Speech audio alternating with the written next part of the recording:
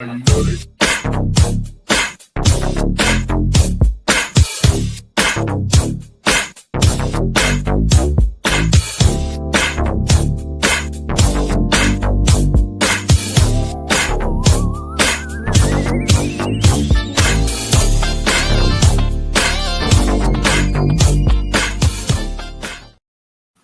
Hey, welcome to Let's Talk Nation. I'm your man Rod Love, and sitting next to me is the General Attorney Greg Jackson. How you doing, man? Once again, it's on, brother Love. You know how we get this thing started every week, man. How's your weekend this past week?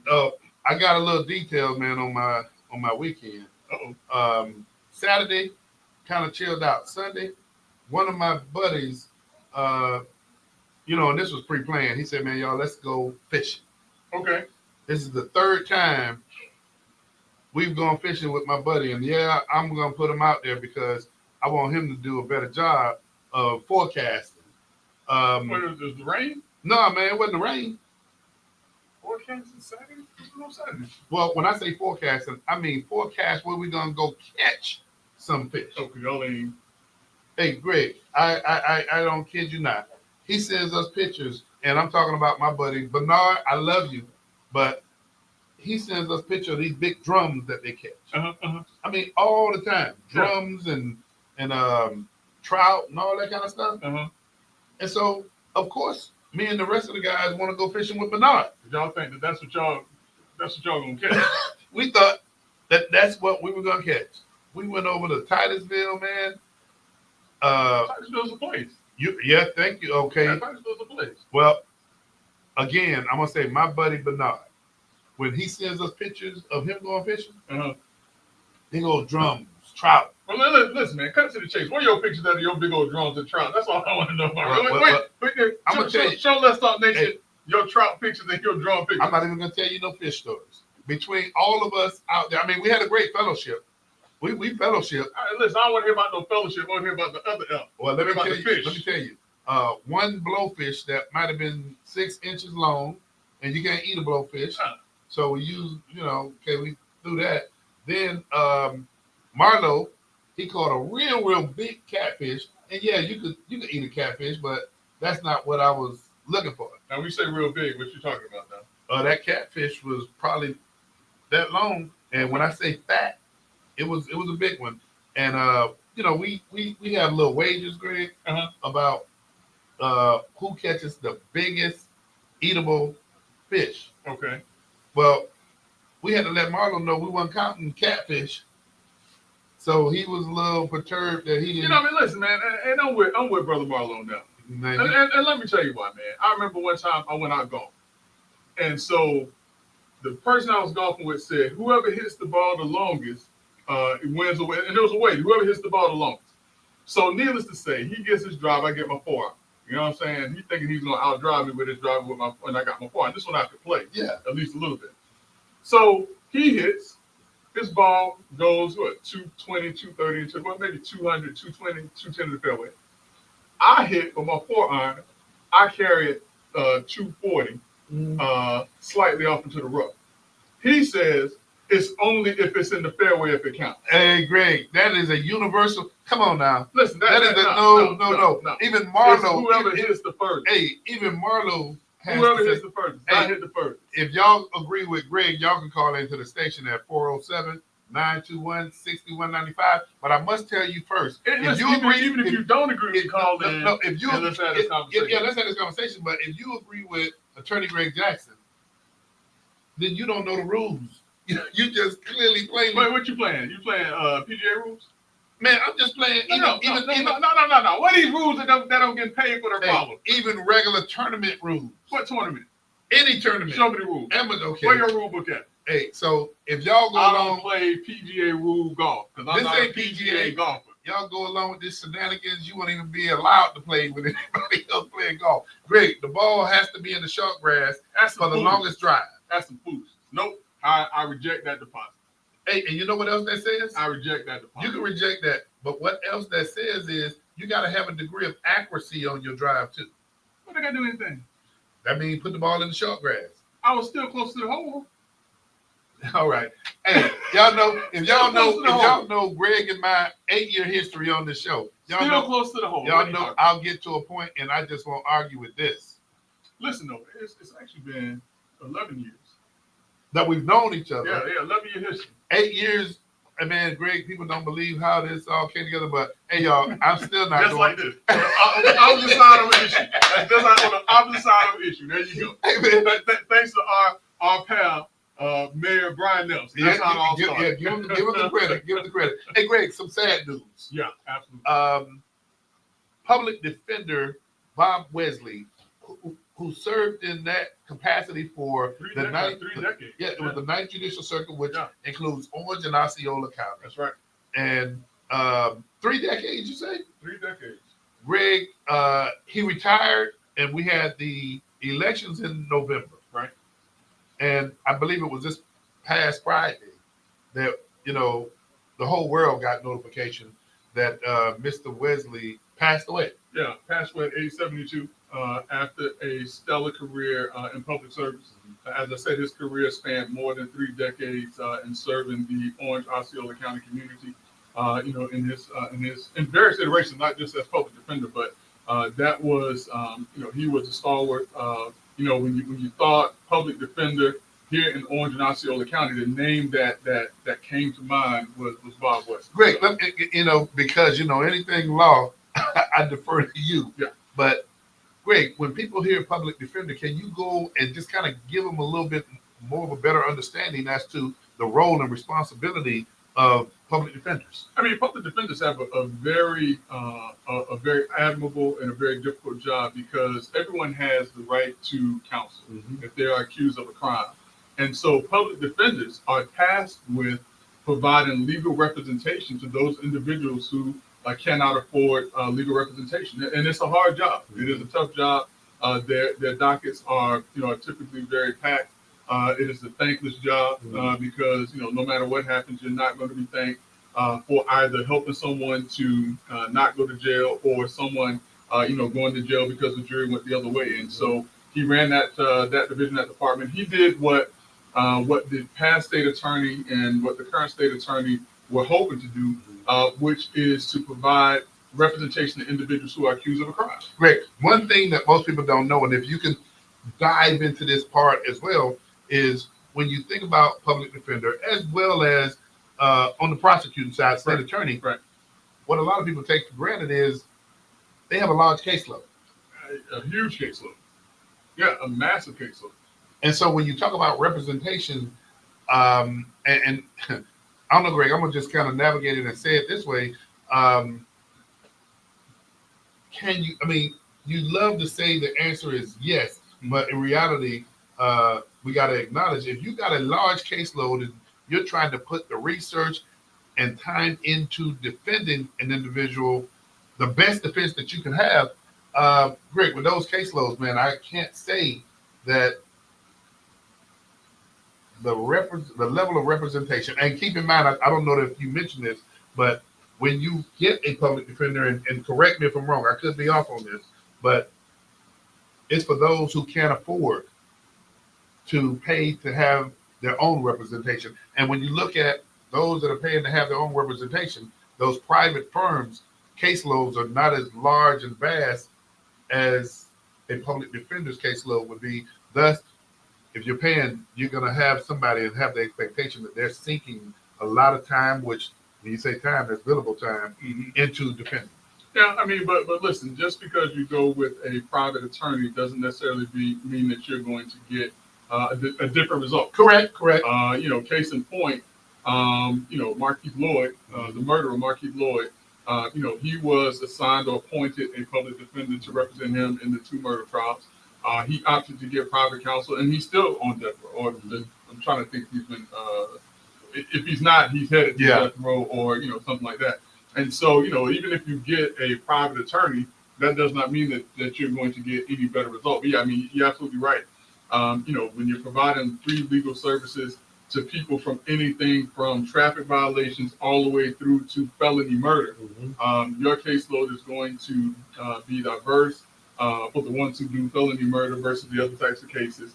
and it is going to be a heavy case. And I will add, we're at the halfway point during the Florida legislative session, right? And the issue regarding prosecutors and public defenders as it relates to competitive pay, as it relates to the number and caseload. So there's a lot of conversation that's taking place that statewide this is an issue.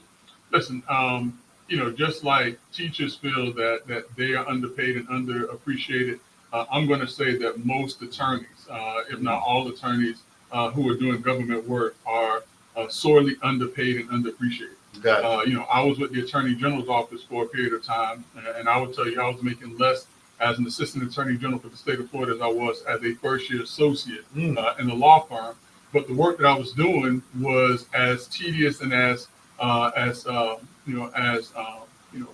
challenging as any other work. I mean, as an assistant attorney general, I went up against some of the best law firms, not just in the state of Florida, but in the country. Okay. I would travel across the country. Sometimes my wife and kids would come with me, but I would travel across the country preparing for state and federal trials and things of that nature. But I was still being paid less than I was as a first-year associate. Wow. So, to be in the public service as an attorney is a sacrifice. I'm just going to say what it is. It is a significant sacrifice. And those who do it, even for a short period of time, because a lot of people do it because they want to get the experience in trying cases, because you're going to be getting in there quick.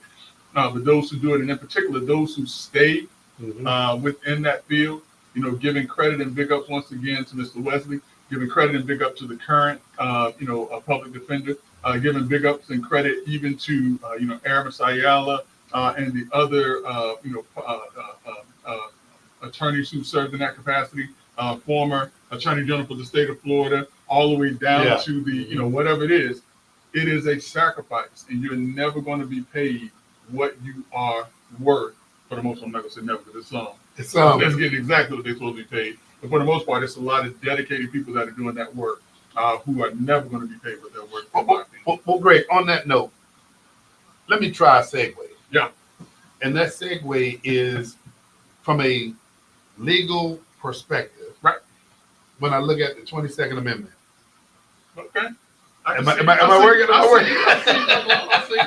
So, great. Get some feedback regarding President Donald Trump looking at the serious consideration of running for a third term. Listen, brother, look, before we get there, I got to segue of my own. Okay. Because what I got to tell folks is that they're listening right now to these two voices. They're tuned in to two of the most influential voices in Central Florida on a Monday night podcast. Brother Love and Greg Jackson, the dynamic duo guaranteed to raise your IQs 20 to 15 points or 15 to 20 points. I said that backwards because you messed me up with my golf thing. That's all right, though. But if you're tuned in to these two of the most influential voices in Central Florida Monday night podcast, Brother Love and Greg Jackson, the dynamic duo, we are here to entertain. We are here to educate, but most of all, Brother Love, we are here for Let's Talk Nation. So if you want to be a part of tonight's conversation, all you got to do is hit 407-921-6195 or use your Twitter fingers, use your Facebook fingers. You can come, you can chat with us because we're here. We're chatting it up, not just with each other, but everybody on here. So, Brother Love, if they want to do it, all they got to do is come and be a part so we can tell them, let's get it on. All right. Hey, and for those of you who want to engage, hey, come on, dial in and join this conversation. That phone number is area code 407-921-6195. So, Brother Love, you have posed an outstanding question. And listen, the reason why this is such an interesting question is because there were a lot of individuals who were concerned that when Donald Trump ran this second time, that he was going to try to make this a dictatorship. And that was what a lot of Democrats said. Hey, he's going to, he's going to try to change the Constitution to where he can never be ousted out of office. One of the things I said is that one person cannot change the Constitution. As a matter of fact, if he was going to change it, try to change it, he had a chance to do it during his first term, and he didn't do it because he couldn't do it. However, that's the however. However, this weekend, while speaking to reporters, Donald Trump made a glaring admission, which some may say a glaring admission, in that he indicated that he would not mind entertaining a third term. And as a matter of fact, there are some legislators who are now looking at the 22nd Amendment of the Constitution to see or determine if Donald Trump can in fact run for a third term. Now, Brother Love, Let's Talk Nation is one of the smartest audiences out there. All right, let's just put it out there. They're one of the smartest audiences in the United States, if not the world. And so, Let's Talk Nation, there has been only one president in the history of these United States who has served more than 2 terms. And so we're going to challenge Let's Talk Nation. If you want to hit your little Facebook fingers and get them to move in that emotion, let us know who you believe or who you know was the one president that ran or that was allowed or able to serve more than 2 terms. And we'll have a little conversation about that. Okay, so great. Let me ask you this. Do you think that this is going to energize Democrats as we get ready to move into the midterm? Oh, absolutely. Okay. Absolutely. I mean, listen, Democrats have been trying to put their hands on something to say, hey, look, we told you about this guy. They were trying with the economy. They were trying with what's taking place in Israel and saying, hey, he said he was going to stop the war. He hadn't stopped the war yet. And I realized that it takes time. I had a conversation with people or someone in the day that was like, well, he said that he was going to lower prices on day one. And I was like, well, really what he was saying is that he was going to institute policies to start lowering prices. So I wasn't expecting prices to drop on day one that Donald Trump came into office. But what it has done is, what Democrats, outside of a shield, no, what is it, Signalgate, which we didn't have a big conversation about Signalgate, but outside of Signalgate, where they're now having congressional hearings to determine what went wrong there, this is now going to be one of the biggest conversations because most Democrats are going to say, or a lot of Democrats are going to say, I told you so. This guy doesn't want to follow the rules. He doesn't want to leave office. And if he gets the opportunity, he has the House and he has the Senate. They're going to help him to change the laws where he doesn't have to leave. And I think that this is a very, very bad look for the Republican Party right now. So Greg, you got talking heads all over the place, man. And once this became, public and evident, who do you think was one of the first names that came up when the discussion about a third term came up? Listen, so, if Republicans want to talk about, their favorite president or one of their favorite presidents serving the third term, then us Democrats, we're going to go to our main man. And our main man is none other than Barack Hussein Obama. And so, listen, the counter to, hey, if Trump can run a third term is, well, if he can do it, Obama can do it. And when you say us Democrats, you mean y'all Democrats? Yeah, us Democrats, not y'all Republicans. Okay. I know who I've been talking to. But listen, the other name that has kind of surfaced, but I think he's a little long in the tooth to be considered, is Slick Willie Bill Clinton. Bill Clinton was also another president who was highly revered, across the board. He was also highly respected by both sides of the aisle. But Greg, that was a time ago, though. That's what I'm saying. He's long in the tooth, man. There's no way he could manage a campaign, even if it's a Joe Biden-esque campaign, where they hide him in a basement and he doesn't have to come out much. I don't think he can handle that type of activity at this point. Hey, Greg, let me ask you this. And you're right, I get it. But when he was president, the advent of the level of technology and the way politics are taking place nowadays, man, I don't know if he can keep up. I don't think he can. But, listen, like I said, the name that has come up, and I fully expect, because remember, when Joe Biden was running the first time, well, when it was showing that he was slumping in the polls the second time, although there was moves to move him out of the way, the person that came to his rescue was Barack Obama. Yeah. When Kamala Harris was failing with the African-American male vote, Obama was called to come to her rescue. Barack Obama, although he has been out of office since 2016, still is one of the largest and most influential voices in the Democratic Party. You're right. Hey, Greg, while we're waiting on anybody from Let's Talk Nation to give us the answer to give him the question one more time. Just in case somebody just tuned in. Who was the only president to serve 3 terms? More than 2 terms. More than 2 terms. Yeah, more than 2 terms. And if you know who that is, hey, dial in, give us a call, let us know, or you can get on Facebook. You can use your fingers on Instagram, whatever you want to do. But we like to hear your voice and hear how smart you are. That phone number is area code 407-921-6195. Absolutely. Listen, and don't let us down, Let's Talk Nation, because as I said, you all are probably one of the smartest audiences in the United States, if not the entire world. Hey, Greg, man, here's a name that was very, very popular, and it's still out there, but I think a little shine is, in time, shine does go away. Yeah. But Stacey Abrams, what's the deal with her? Listen, man, her name is back in the news right now because apparently from her run for governor in the state of Georgia back in 2018, there has been some questions about the money or the expenditures to her gubernatorial campaign from a nonprofit political organization that she was a part of. And so, the New Georgia Project was recently fined by the Georgia State Ethics Commission $300,000 for violations of its finance or election finance laws in the state of Georgia. And so the now chair of the Ways and Means Committee has intimated that Stacey Abrams, or that the organization that funded her campaign, the nonprofit organization, should use this tax exempt status, and he's calling on the IRS to do that. But this is a huge blow to Stacey Abrams, who was nothing short of a rising star in the Democratic Party.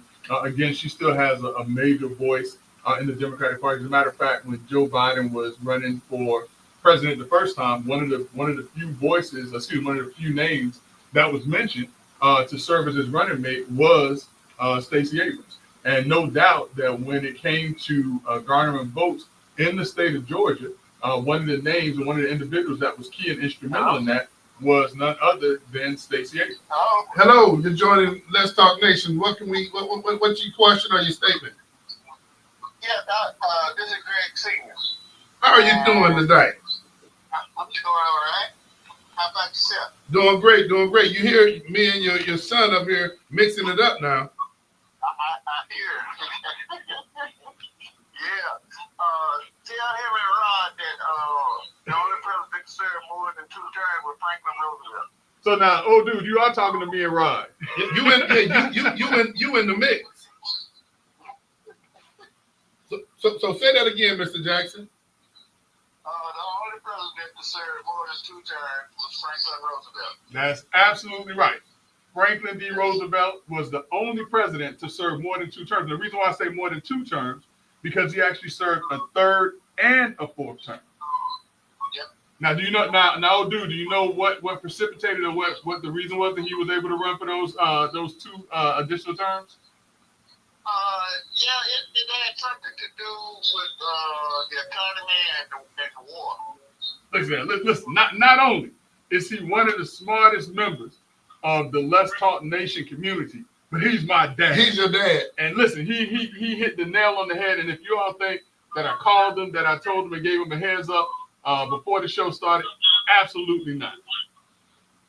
So, Mr. Jackson, what do you think about this conversation though about Donald Trump, your man, Donald Trump, going and exceeding 2 terms? What's your thoughts about that? Well, in my opinion, he shouldn't have served no terms. And that's just my opinion. We're the only country that has a felon leading our country. I don't know if that's accurate. You don't know if that's accurate. Yeah.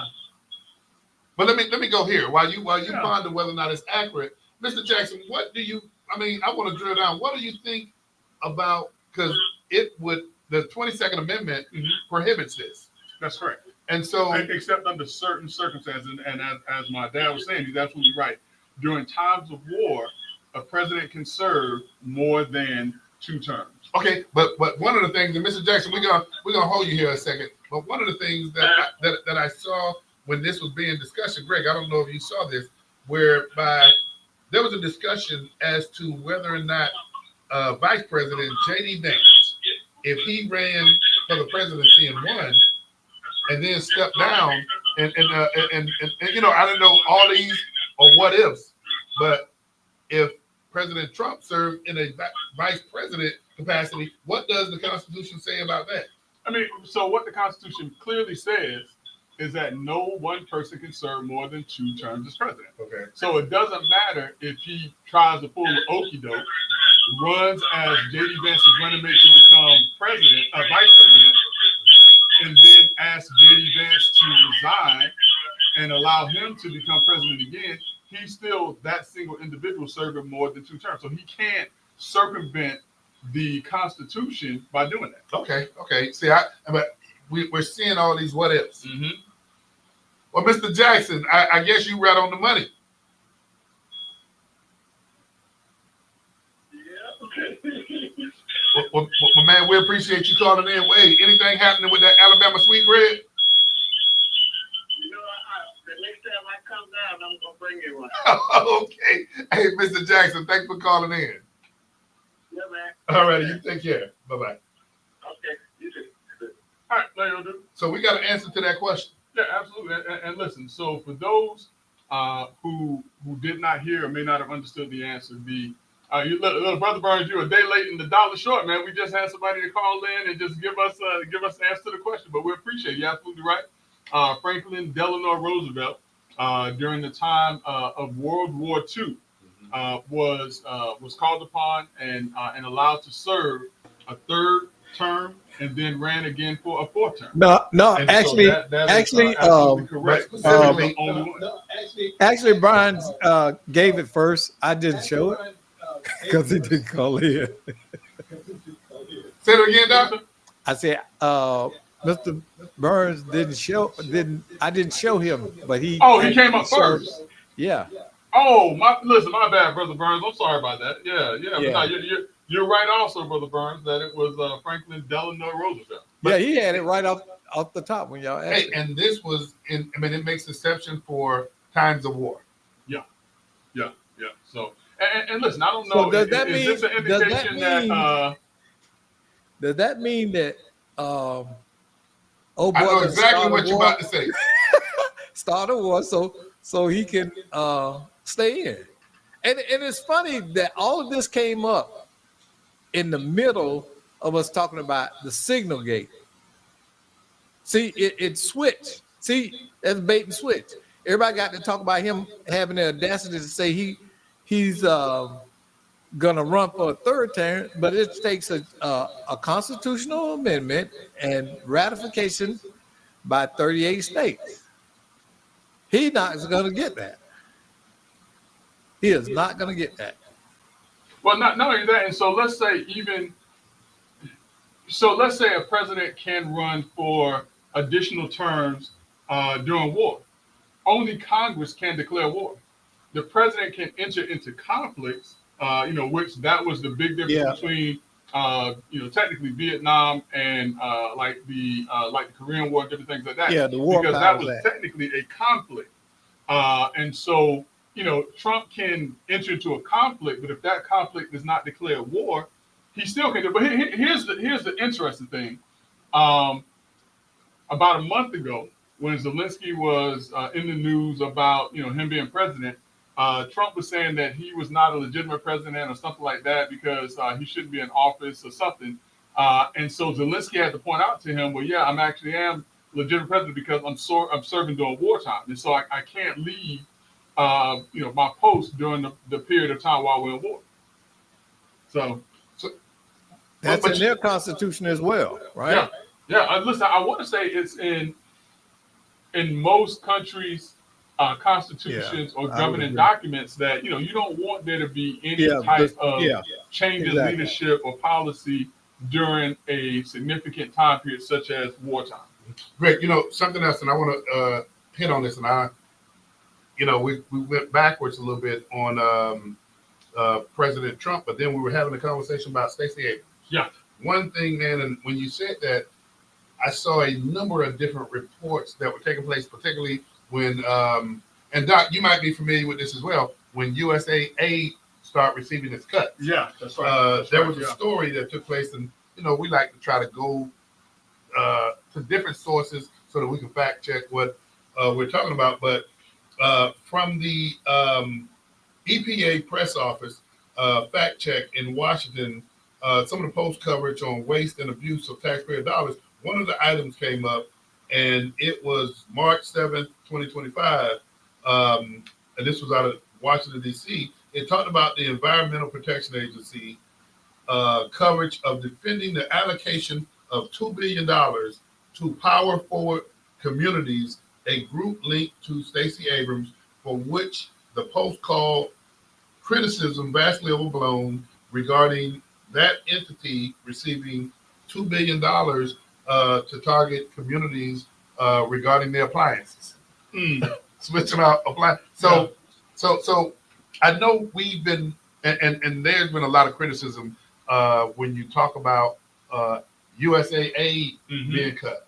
I know there's some categories that they do good work in, right? But Greg, there were, and I don't know, was it a 48 or 40-something $billion entity? And when we looked at some of the line items that were getting funded in that category, some research on mice regarding the effects of transgender in mice. Right. And which is interesting. Very interesting.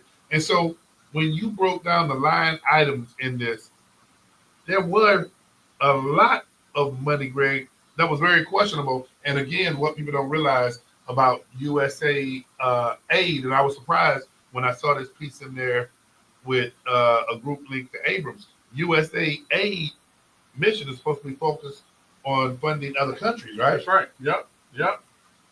So let's circle back on a comment that was made that we're the only country that has had a president that's been convicted of a felony or serious crimes. So I mean, if you just kind of go to a Time magazine article, because back when Trump in 2024, after he'd been convicted, there was an analysis across the world about other leaders. So if you look at Brazil, Luiz Inácio Lula da Silva, Brazil's incumbent president who previously led the country from 2003 to 2010, was jailed in 2018 for corruption. However, he had his charges overturned in 2021, which allowed him to run for the presidency in 2022. You also had Benjamin Netanyahu. That's what I was thinking of. Benjamin Netanyahu has been accused of and indicted in 2019 in a series of charges, including fraud, bribery, and breach of trust.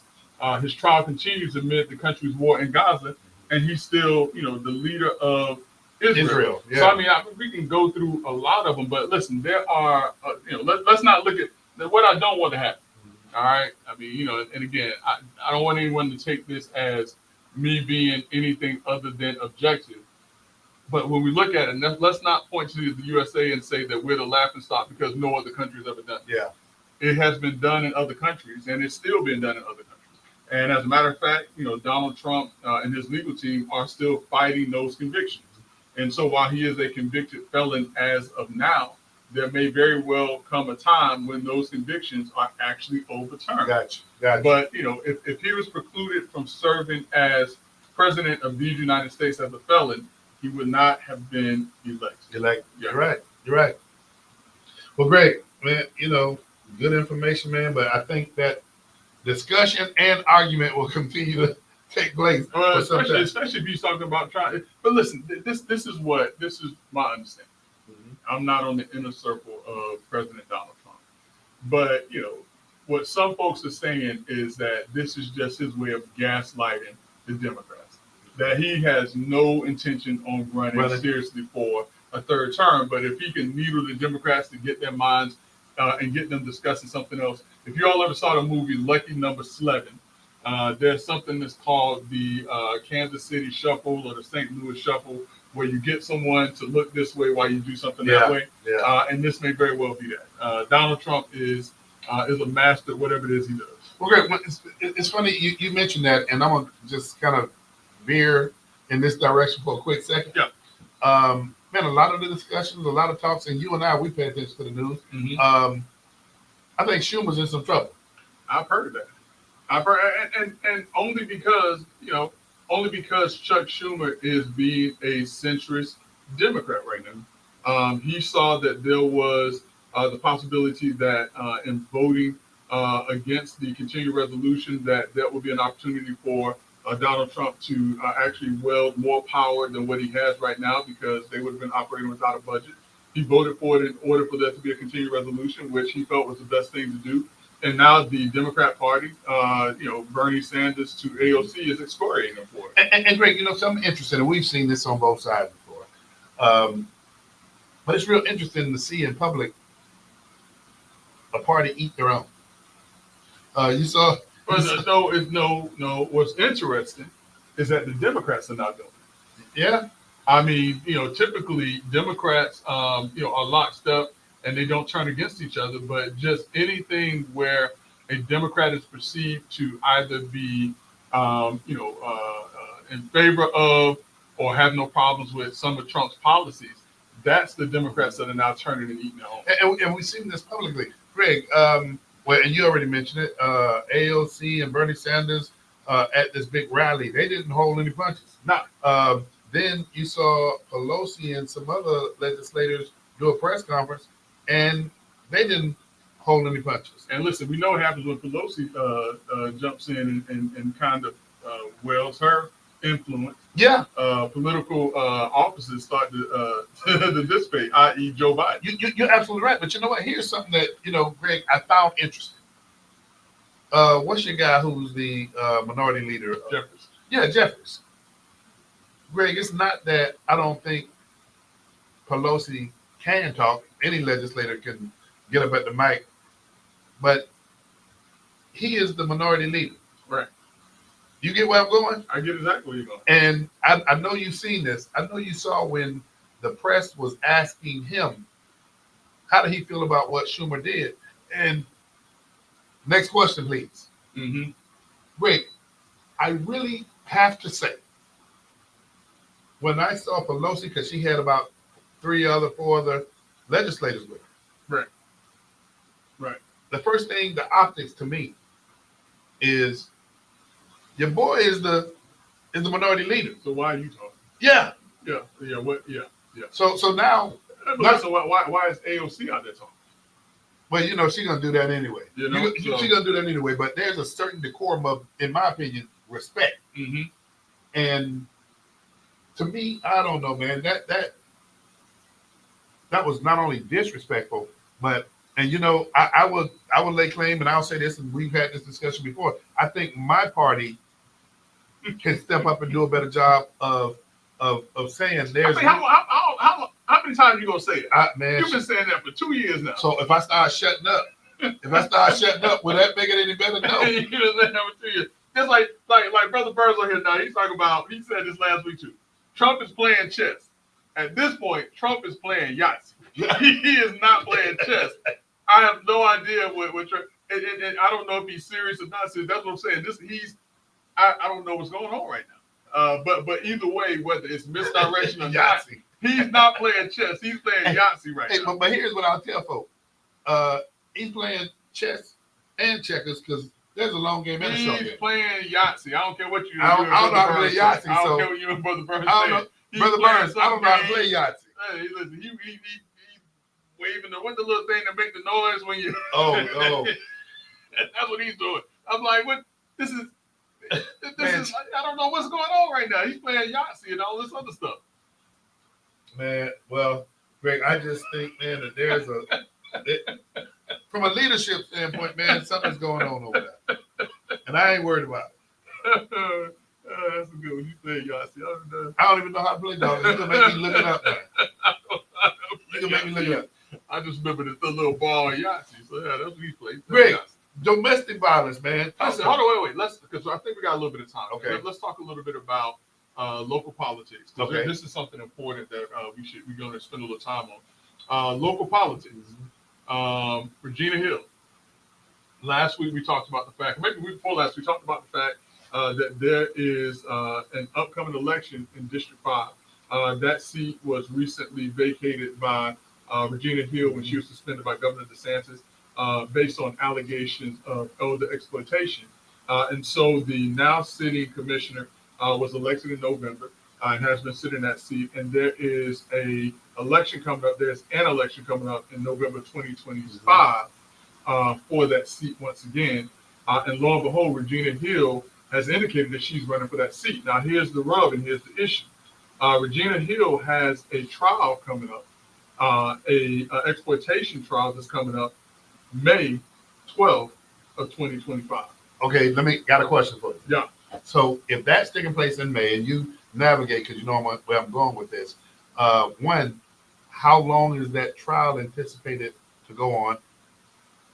No, that's a great question. A trial of that nature will probably be a 2 to 3 week trial, believe it or not. Okay, my next point. Or 1 to 2 week trial. Okay, so my next point, let's just say May 31st, my birthday. Mm-hmm. Former Commissioner Hill is exonerated. Yeah. So what takes place? I mean, I'm just guessing this. If she's exonerated, does she get placed back in her former seat? No.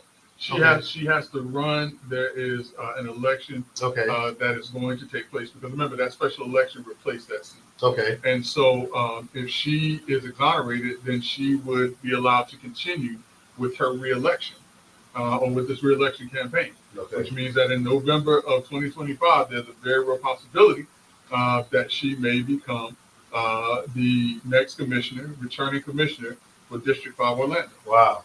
Now, the other part of that is that if she is convicted, there's a very real possibility that she may spend some time incarcerated for the allegations that have been lodged against her. Now, would this preclude her from running for office if she is convicted of a felony? It would, wouldn't it? Nope. It wouldn't? No. Hang on, say that over again, Greg, because I want to. If she is convicted and she is not serving jail time, would that preclude her from being able to still run and to hold seat as the Orlando City Commissioner? See that you're the lawyer. So I didn't know that. Listen, I'm going off of what's happening on the national level with our president. What? Donald Trump has been convicted. I understand that. I understand that. So if he is allowed to serve as president and he is a convicted felon, Regina Hill, as a commissioner, if she is convicted of a felony but she is not serving jail time, should be permitted to run and serve as the District 5 commissioner. Okay, I hear what you're saying. But Greg, come on now. What I'm coming to. Okay. See, the problem is, Brother Burns and Brother Love, I'm playing chess and y'all playing checkers. Because what you're saying don't But sound. no, it makes sense. Think about it. What would preclude her from serving as a city commissioner just because she's been convicted of a felony? Does being a felon now, can she? Here's the funny thing though: if she's convicted as a felon, can she vote? You can't. Why are you looking at me like that? I'm saying you're right. By law, you can't, right? I'm saying you're right. But potentially, as a convicted felon, she can still run and serve as a commissioner. Potentially. Hang on, what was the last word you just said? Potentially. Potentially. Yeah. Okay, so you said that kind of low because that's what I picked up on. No, I said it loud enough for everybody in here. We got mics all over this room. Great. It may have been low for a fact, but it wasn't low because I wasn't trying to be heard. What are you trying to say? Hey, Doc, what do you think of that? Doc, like, I have no idea what the heck going on. Yeah, because Man, I took my jacket off. Hey, But turn I'm your mic on, answer Doc. it. I'm with Greg. I understand it Yeah. because there So, are other people that have been felons and held office across But Florida. let me ask this question. Because Greg, what you're saying, I hear you, but I was under a certain presumption. Is there anybody else that we can point to that has been convicted? and run for office? No, been convicted, Uh-huh. not ordered with jail time, that is holding office? That's holding office. It's a guy down in Miami, black guy. Yeah, I wanted to say his name, but I can't think of his name. I can't think of his name either. And I don't want to say the wrong name, and then I get. But hit he with, was convicted, didn't serve jail time, and went right back into office in the next race. Yeah. I can't think of it. Happens. It happens. I mean, think about Mildred Fernandez. What would have prevented her from? I mean, the only thing that prevented her from running again was just, you know, the public just wanted somebody else. See, I didn't Think know. about it. Didn't Think know. about it. Yeah. Mm-hmm. So yeah, I mean, so you know, quite. That's why I say if she's not incarcerated, there's a very real possibility that she can maintain and continue to run in that race. Now that's going to be listen. I don't think that it would be wise because that is going to be slammed in her face by her political opponent, and you know, Not only that, it'll put a bigger target on her back, yeah, and that's real because the like the situation with the condemned housing. Now, allegedly, someone in city government was behind the condemning of her house. And you know, other things like that because she ain't rich, and that takes money. Yeah. yeah. You're right. You know, and you can only be the benefactor of donations so long. Oh, you know something, Doc, Greg? What you're making me think about is the former mayor, and he's deceased now, Marion Barry. Yeah. Yeah. That is the best example. Of Yeah, that. that is out. Yeah, I mean, so listen, you can go way back to Marion Barry. Yeah. I'm gonna go to this last election.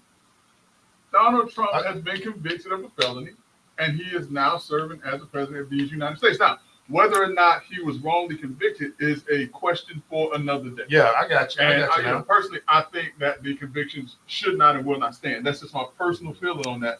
But the fact of the matter is, he has been convicted of and is a convicted felon who has been elected to serve in the highest office in the land. Well, there you have it. Hey, before and y'all talk about playing checkers and chess. Trump is not playing chess. He ain't even. Hey, Doc. This Doc, what don't- it is. Hey, Doc, He committed- you heard what I say playing. He committed to the con. That's it. hey, Hey, Doc, Doc, don't. hold on, wait. Hey, Doc, you heard what I say you playing, right? Yahtzee. He playing Yahtzee, Yahtzee, man. yeah. Hey, Doc, I don't even know how to play that. Hey, Doc, don't go anywhere. Hey, before we run out of time, because we got to the two shows before. Greg, Doc, we have another state senate race that's coming up, and I'm talking about District 15. Yeah. Which is, I think it's going to be a very interesting race. It is. Listen, it's going to be a very interesting race for the fact that you have. I mean, we talk about sibling rivalry. This is sibling rivalry to the nth degree.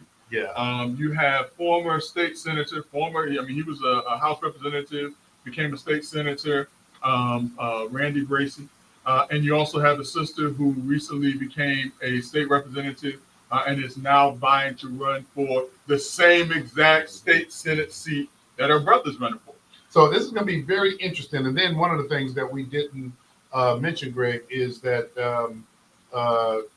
House Representative LaVon Bracey held a press conference to announce her candidacy for District 15. Yeah. And I got to say, I don't know, man, I counted maybe 75 or so supporters present.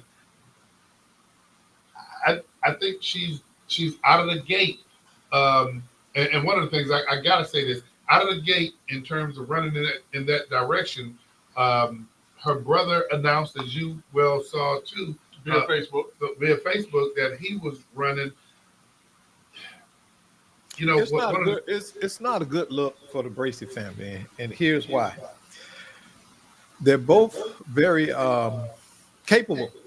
Okay, you know, I like both of them. They're sharp, good people. And in that, you have a possibility for a political family to rise here in Central Florida. And with them fighting, okay, it's going to create a dynamic where they can be divided. And I think that they're weaker. They are actually going to make each other weaker as politicians by running against, you know, this has a potential to damage both of them. Yeah. Nobody's going to walk away without scars from this.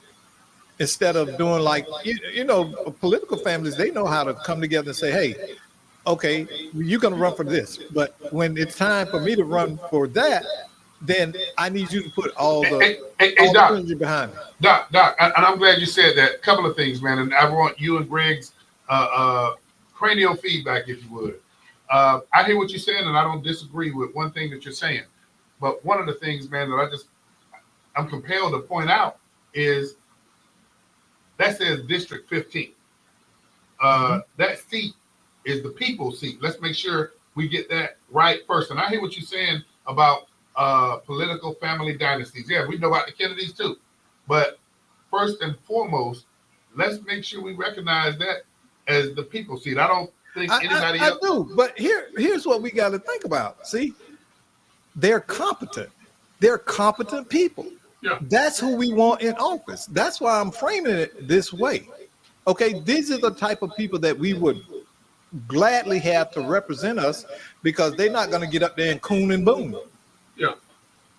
I mean, case in point, when he was a state senator, Senator Bracey was the only Democrat to ever chair criminal justice. Listen, he was able to work across the aisles and be very effective. Exactly. And that's what you want, mature leadership. You don't want people up there rolling around on the floor. Remember? Hey, Doc, something else you said, and it was two things that I caught. Something else that you said that I want to kind of point out when you talked about the secession and things of that nature. Something that I've been hearing an awful lot of as of late is wait your turn.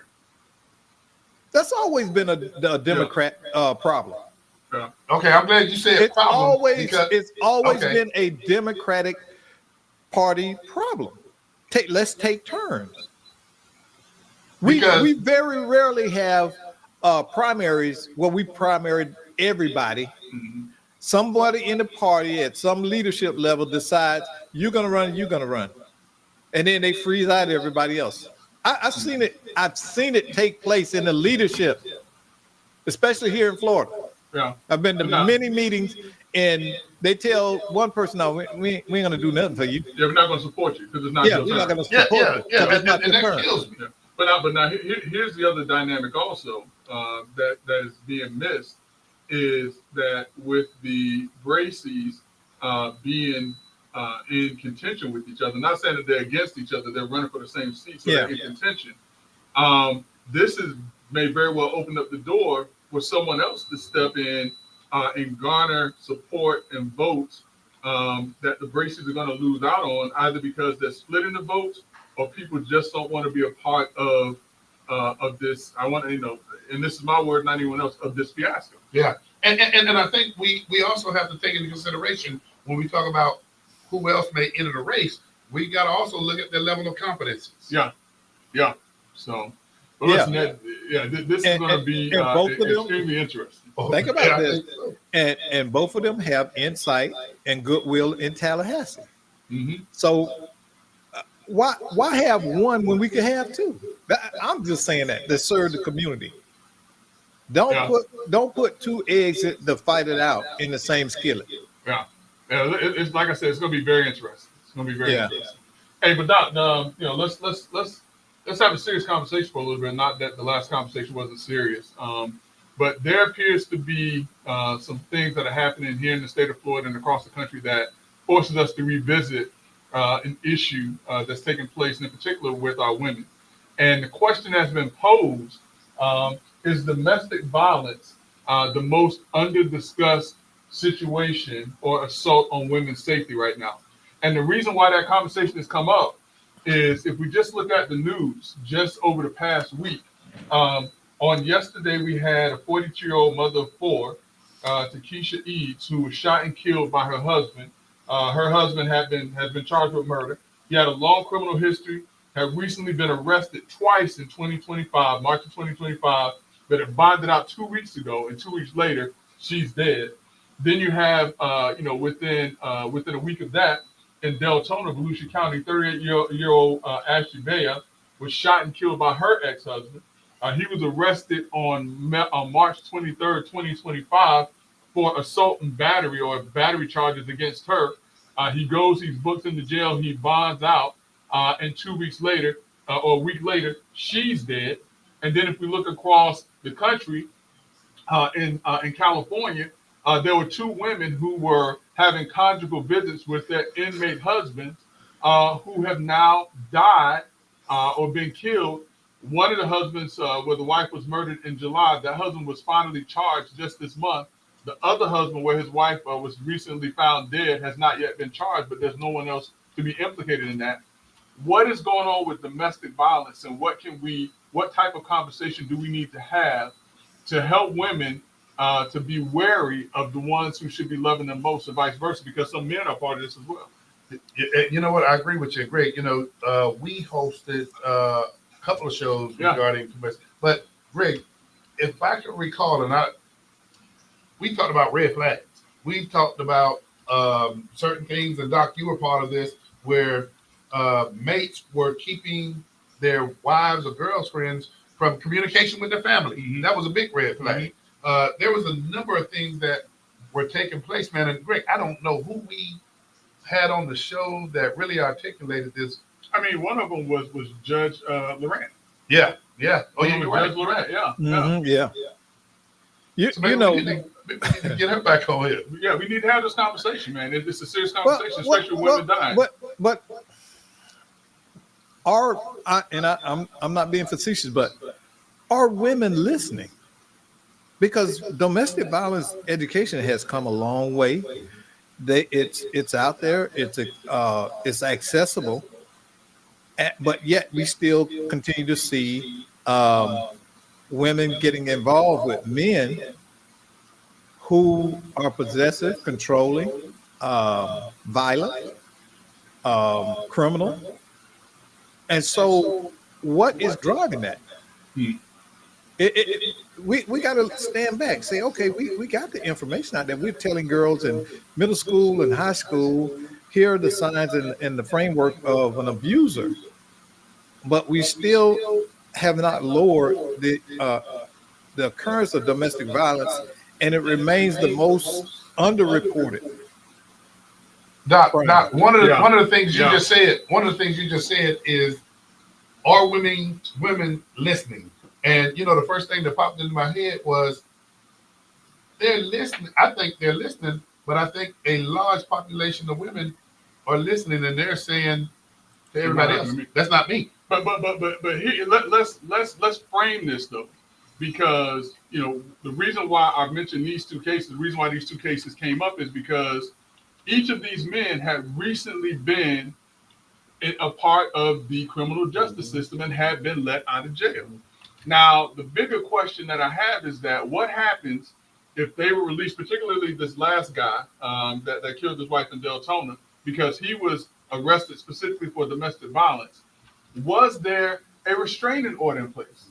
You know, was there a TRO in place that said that he could not go around her? And if so, if he did go around her, what was her protection? Because obviously, you know, something happened where she pressed charges, and I may have to get the full story because I don't know if she just. But what is the answer? Because is the judiciary doing enough? You know, is law enforcement doing enough? Are the victims doing enough? And I hate to put this back on the victims, but Doc, I think you're right when you say, are they listening? And Brother Love, I think you're right when you say that there's certain women in our society, or even men in our society, who say, yeah, but that's not me, or it won't escalate to that point. Mm-hmm. Well, the question is, what else? Go ahead, Doc. Again, until we can figure out the riddle of what drives it. What do you think drives it? What do y'all think drives domestic violence? What is control? I mean, I think that you have. But why? But why? I mean, control is what? Power. It's an element of power. How? Because they're able to inflict their will on somebody else to do what they want them to do, to not do what they don't want them to do. And so if it's they can more control about that person, then they have a level of power, so they think. So they do it in order to feel in control? Yeah. I mean, what else is there? I mean, but why do they have the need to feel in control? Remember now. I'm just kicking this around. No, you're right. But remember, and Doc, you were the one who brought this young man to the table for us. And you know, the reason why he did what he did. I think that it would be important for us to revisit that from, you know, and you know, you know, and excuse my, you know, my lack of craftiness, but we need to hear it from the abuser's point of view also, because I think that it is a bilateral approach. We have to help the victims and we have to help the victimizers, and it's not just put them in jail and hope that the system rehabilitates them, but what can be done to fully get them to see that what they're doing is wrong. And Greg, you hit something right on the head, and I think maybe year 2 of us broadcasting, we did a domestic violence show, and we went through the route of making sure that what we were doing wasn't appropriate, because we actually had an individual who, you remember that? I do remember. So maybe that's I mean, something we did it in conjunction with Monique Morris and with Carmen Ruiz. yeah, exactly. Yeah, that's right. Hey, But see, Doc, look at your clock. you asked me to come on. You got a point now. You got a point now. Listen, I ain't gonna argue with it. You got a Hey, point. I had my jacket off. I'm chilling here. I'll give You it. was eating the snack, Doc. You even had a snack. Hey, but because I know Doc was gonna Stick around. add You volume say- to this. Did you see did you see the clock when you told me to stick around? All right, okay, I'm my just fault. saying. Hey, Doc, you know, brother, you bring a lot to the table, and bring it to the table next week. Bring it to the table next week. Hey, for those of you who tuned in to Let's Talk Nation, we love and welcome your participation. We love and welcome your engagement. But most of all, See, let's y'all, just- that's why y'all two of my favorite people. that's why we tell you. Yeah. Hey, you know what, Doc? I'm gonna say this to Greg, but it applies to you too, brother. You don't have to go home. But you got to get out of here. We'll see you next week on Let's Talk Nation. Y'all join us.